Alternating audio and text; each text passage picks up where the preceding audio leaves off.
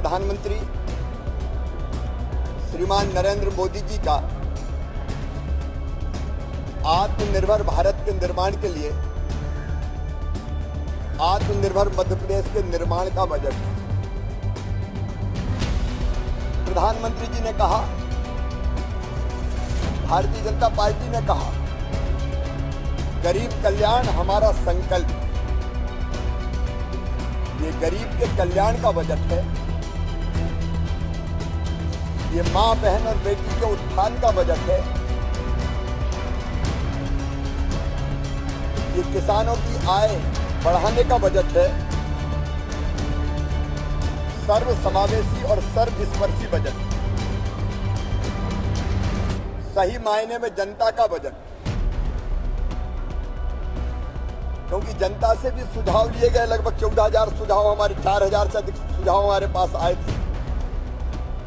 ये अमृत काल में विकास और समृद्धि के अमृत की वर्षा का बजट है।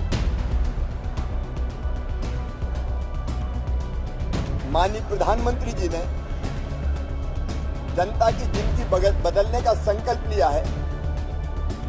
जो संकल्प को पूरा करने का बजट है। नई आशा और विश्वास जगाने वाला बजट। मित्रों, ये बहुत संतुलित बजट है,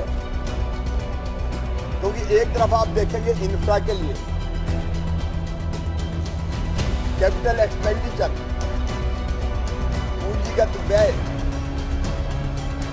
उसका प्रावधान इस बार 56,256 करोड़ रुपया किया गया। पिछली बार से 15% ज्यादा। तो एक तरफ अधोसंरचना विकास का भी बजट है, तो दूसरी तरफ जनता के कल्याण के लिए। मित्रों, मां, बहन, बेटी मतलब महिला, आधी आबादी, उनका कल्याण हमारी प्राथमिकता रही है।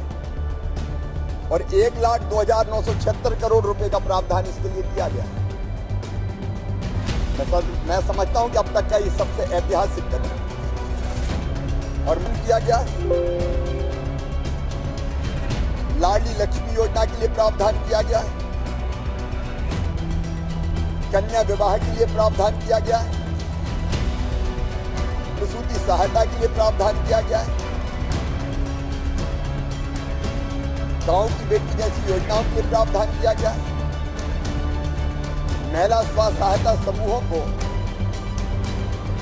बैंक से ऋण मिल जाए, क्रेडिट लिंक मिले, उसका ब्याज भरने के लिए प्रावधान किया गया है। तो कुल मिला के 1,02,976 करोड़ रुपया महिला कल्याण पर खर्च किए जाएंगे। यह अभूतपूर्व है। मैं एक और बधाई देना चाहता हूं इस बात के लिए कि मुख्यमंत्री कौशल अप्रेंटिसशिप योजना, ये अपने आप में अभूतपूर्व है। 1,000 करोड़ रुपए का इसमें प्रावधान किया गया। 1 लाख युवाओं को इसका लाभ मिलेगा। इस बार एक नई योजना, मुख्यमंत्री बालिका स्कूटी योजना, जो शासकीय स्कूल में 12th क्लास में अपने स्कूल में पहले नंबर पर आएगी, उस बिटिया को स्कूटी प्रदान की जाएगी। रोजगार के लिए 1 लाख से ज्यादा नौकरियों पर भर्ती चल ही रही है, लेकिन उसके अतिरिक्त स्वरोजगार की योजना, मुख्यमंत्री युवा उद्यम क्रांति जैसी योजनाओं के लिए पर्याप्त प्रावधान, और अपने नौजवानों को स्किल्ड करने के लिए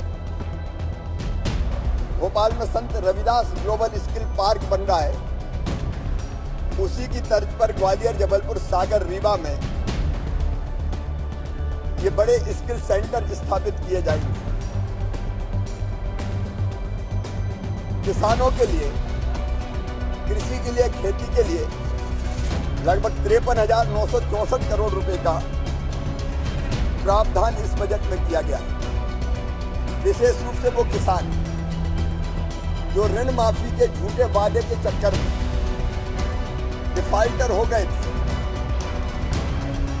और उनको 0% ब्याज पे कर्ज मिलना बंद हो गया, हमने तय किया है कि हम ये जो कर्ज है, कर्ज का जो ब्याज है सहकारी समितियों का, वो सरकार भरेगी ताकि 0% ब्याज पर फिर किसान को कर्जा मिल सके। उसके लिए 2,500 करोड़ रुपए का प्रावधान इस बजट में किया गया है। प्रधानमंत्री जी 6,000 रुपया देते हैं, हम 4,000 रुपया देते हैं। तो हमारा जो 4,000 रुपए की मुख्यमंत्री किसान कल्याण योजना है उसके लिए 3,200 करोड़ रुपए का प्रावधान है। 0% ब्याज पे कर्जा देने के लिए बजट में अलग प्रावधान अरविंद जी बैठे हैं, सहकारी बैंकों को हम देते हैं। फसल बीमा योजना के लिए 2,000 करोड़ रुपए, बिजली बिलों पर सब्सिडी के लिए 13,000 करोड़ रुपया और भी अन्य कई योजनाएं किसानों के लिए पर्याप्त प्रावधान किया गया है, जिससे खेती को लाभ का धंधा बनाने में और मदद मिलेगी। समाज के अनुसूचित जाति और जनजाति कमजोर वर्ग के लोगों को देखें तो जनजाति कल्याण के लिए 36,950 करोड़ रुपया, जो पिछले साल से 37% अधिक है, जिसमें सिकल सेल मिशन के लिए भी प्रावधान किया गया है 50 करोड़ रुपए का, और अनुसूचित जनजाति के लिए भी 26,087 करोड़ रुपए का प्रावधान किया गया है। पिछड़ा वर्ग के लिए, घुमंतु विमुक्त अर्धघुमंतु समुदाय के लिए बजट में विशेष रूप से प्रावधान किया गया है।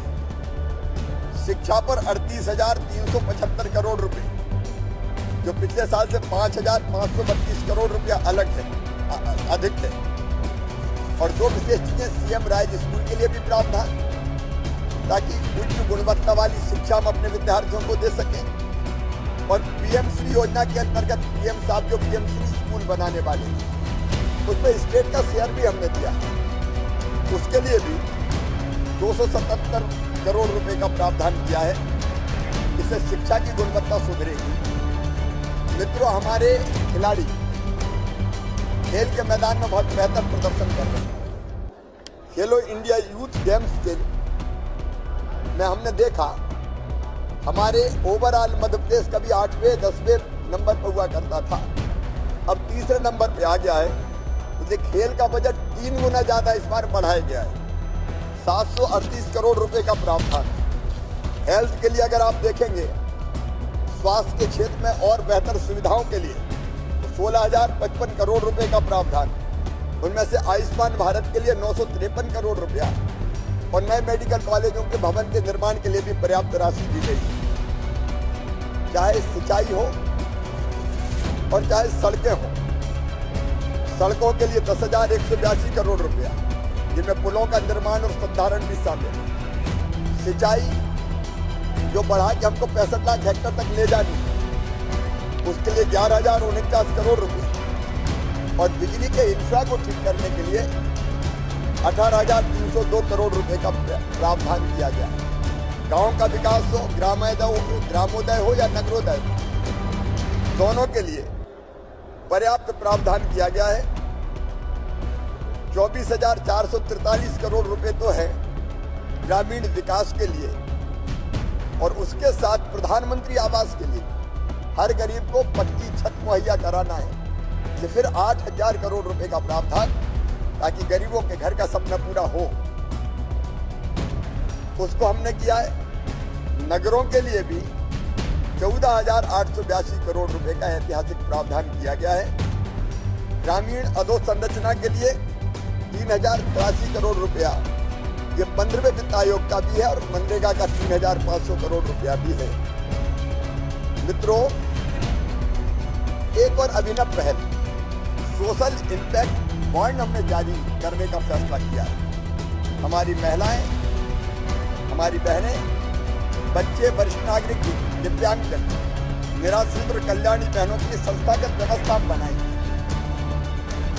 और संस्थागत व्यवस्था में इनकी रोजगार कैसे बेहतर हो सकता है। इसलिए महिला प्रशिक्षण केंद्र हो, नशा मुक्ति केंद्र हो, मानसिक दिव्यांगजन कल्याण हो, पुनर्वास केंद्र हो, उनकी स्थापना हम करेंगे।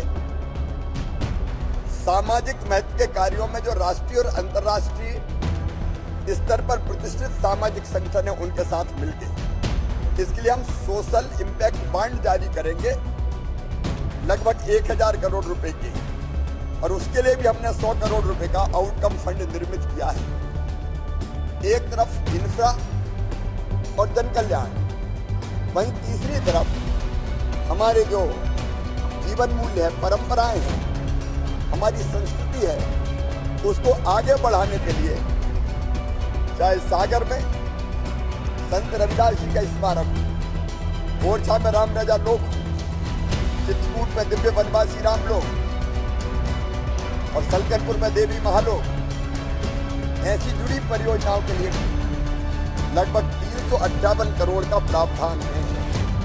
भारत भवन में कलाग्राम, रामपायली में डॉक्टर हेडगेवार जी का संग्रहालय, ग्वालियर में हिंदी भवन तथा परम आदरणीय अटल बिहारी वाजपेयी स्मारक, उसका प्रावधान किया गया है। और तीर्थ यात्रा अब हवाई जहाज से भी होगी, उसके लिए भी प्रावधान किया गया है।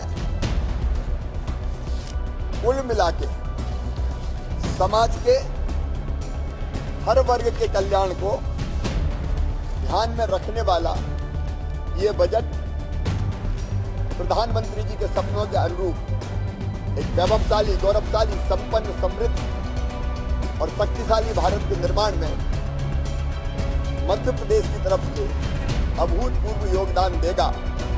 और प्रधानमंत्री जी का जो संकल्प है $5 ट्रिलियन की इकोनॉमी भारत को बनाना है, उसके लिए $550 बिलियन की इकोनॉमी मध्य प्रदेश को बनाना है। उस दिशा में भी ये महत्वपूर्ण कदम है।